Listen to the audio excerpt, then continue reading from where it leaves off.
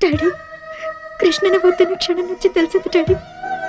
కృష్ణ లేకుండా నేను ఒక్క క్షణం కూడా ఉండలేనని.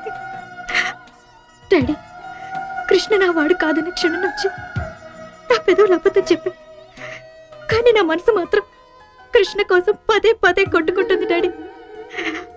డాడీ, అది పార్కుల్లోనూ సినిమా హాళ్లలోనూ పుట్టే సెక్స్ ప్రేమ కాదు డాడీ. స్వచ్ఛమైన మనసులోంచి పుట్టిన అచ్చమైన ప్రేమ డాడీ. కొండ చప్పు డాడీ, కొండ చప్పు డాడీ, కొండ చప్పు, కొండ చప్పుడు.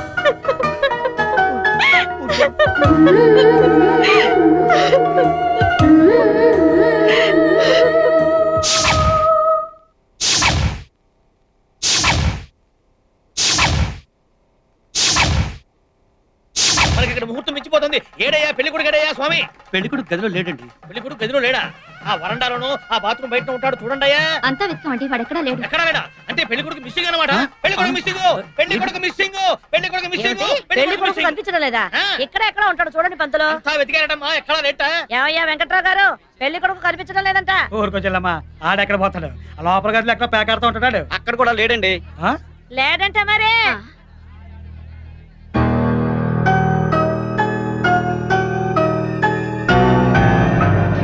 ఏం పెద్దిరెట్ల వెంకట్రావు, నీ కొడుకుని బస్ ఎక్కించి నా కూతురు వెనకాల తిప్పించి గోడల మీదకి ఎక్కించి పెళ్లి దాకా తీసుకొచ్చి నా పరువు తీద్దాం అనుకుంటున్నావా? ఆవేశం తగ్గించు. ఏంట్రా ఆవేశం తగ్గించేది? పెళ్లి పీటల దాకా తీసుకొచ్చి నీ కొడుకు కనిపించట్లేదంటే నమ్మేయడానికి నేనేమైనా ఎర్రదాల్లా కనిపిస్తున్నానా? ఒక్క అరగంటలో నీ కొడుకు ఇక్కడ కనిపించకపోతే మీ శవాలన్నీ లేస్తాయి. ఒరే పెద్దారా, ఒరే చిన్నారా, సిద్ధమైపోండి లేపేయడానికి. ఎందుకే అలాగరుస్తావు? కళ్యాణ మండపోతే పారిపోవడానికి నా కొడుకే పిరికి ఎదవ కాదే. పెళ్లి కూతురు ఒప్పించడం లేదు. ఎలా మంచిగా రవణమ్మా, మీరు షాక్ లో ఉన్నారని నేను పోయానమ్మా. నా కొడుకుని నీ కూతుర్ని కిడ్నాప్ చేసి దాచేసి ఇక్కడ పెళ్లి చేస్తాడు నాటకం ఆడుతున్నావు. వాళ్ళని ఎక్కడ దాచేమో తీసుకురావే.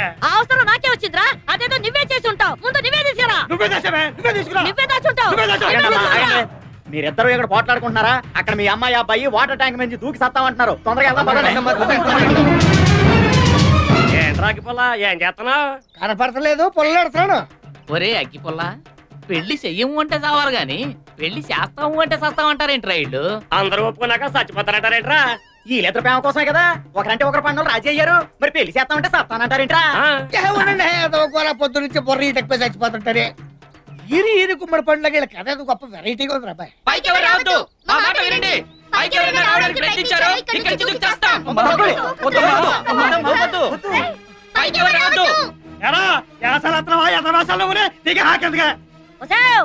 నువ్వు దూకినా పర్లేదు, నీ పెళ్లి మాత్రం జరిగి తీరుద్ది.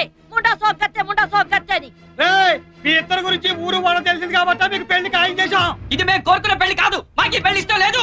ఏయ్, ఈ ఎలమంచలి రమణమ్మ అనుకున్నదంటే అది జరిగి తీరాల్సిందే. దిగండి. మీ అమ్మ అంతంటే అన్నంత పని చేస్తుంది, నా కొంప కొల్లరైపోతుంది. దిగవమ్మా నువ్వు. దూకేమంటే కాళ్ళు కూడా ఏట్ నువ్వు ఎరకొట్టేది దూకితే ఇరిగిపోతాయి. ఏయ్, మీ డేట్ చేసుకున్నా సరే మీ పెళ్లి మాత్రం జరిగి తీరుద్ది.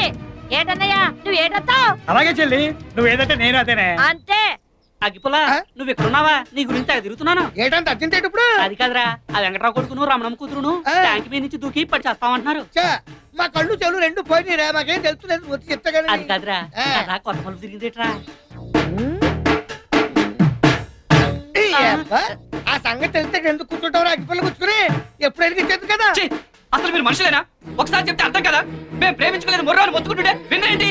ప్రేమించుకోపోతే మీ పేర్లు గోడల మీద ఎక్కినా. అరే, ఆ ఏదో నా కొడుకు ఏదో రాస్తే దాన్ని పట్టుకొని సాగేనివేనా? నిజమేంటో తెలుసుకునేదా? కృష్ణ నేను కేవలం స్నేహితులు మాత్రమే. స్నేహం తప్పంటే చెప్పండి, అది కూడా మానేస్తాము. సరే, మీరు మంచోళ్లే, మీ మధ్య ఏమీ లేదని అనుకుందాం. మరి మీ మీద చల్లిన బురద కడగడానికి మా హేమ మంచిది, మా కృష్ణ మంచోడు అని ఎంత మందికి బొట్టు పెట్టి చెప్పమంటారు? ఎంత మందిని నమ్మించమంటారు? ఏమన్నయ్యా? అవునే, మీ గురించి ఊళ్ళో 10 మంది ఆ నోట ఈ నోట రకరకాలుగా చెప్పుకుంటారా. ఎవరన్నా నా 10 మంది? చదువు తప్ప వేరే జాస్తి అమ్మాయిని పట్టుకొని చెడిపోయిందని చాటేసే వాళ్ళేనా? చెప్పండి.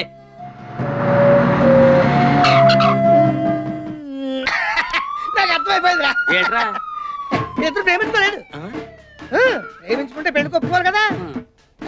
ఒప్పుకోపోతే ప్రేమించుకోవడం లెక్క కదా కదా కదా కదా అది కథ కరెక్ట్ టైంకి తీసుకొచ్చారా?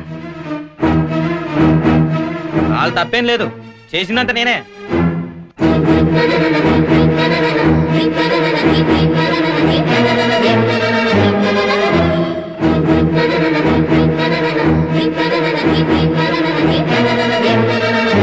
వెంకట్రావు గారు, పిల్లల్ని కన్నామన్న ఒకే ఒక హక్కుతో బుద్ధగించాల్సిన విషయాన్ని కూడా బుద్ధి చెప్పాలన్న అహంకారంతో ఘోరంత విషయాన్ని కొనంత చేస్తున్నాం.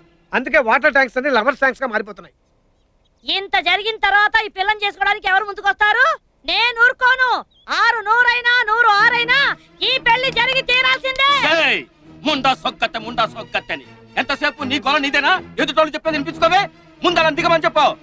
బాబు, అమ్మాయి, మీ మేలు కోరేవాడిగా చెప్తున్నాను. మొదటి నుంచి కూడా మీ జాతకాలలో రాహువులు కేతువులు కొట్టుకుంటున్నారు. అంచేత ఎవరు ఏం చెప్పినా కూడా మీ పెళ్లి జరగదు. ఈ పిలక శాస్త్రి మాటంటే మాటే. దిగండి కిందకి.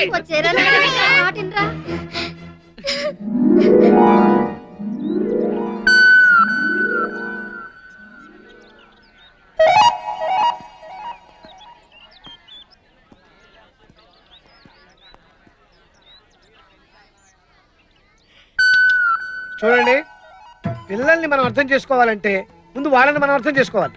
అలా కాకుండా వాళ్ళకి మనం అర్థం చెప్తే మనకు అడ్డం తిరిగే ప్రమాదం ఉంది. మీకెవరికి తెలియని విషయం ఒకటి ఉంది. రామ్మా, రండి. అసలు ప్రేమించుకుంది, ప్రేమలో పడ్డది వీళ్ళిద్దరు. అమ్మ దొంగ.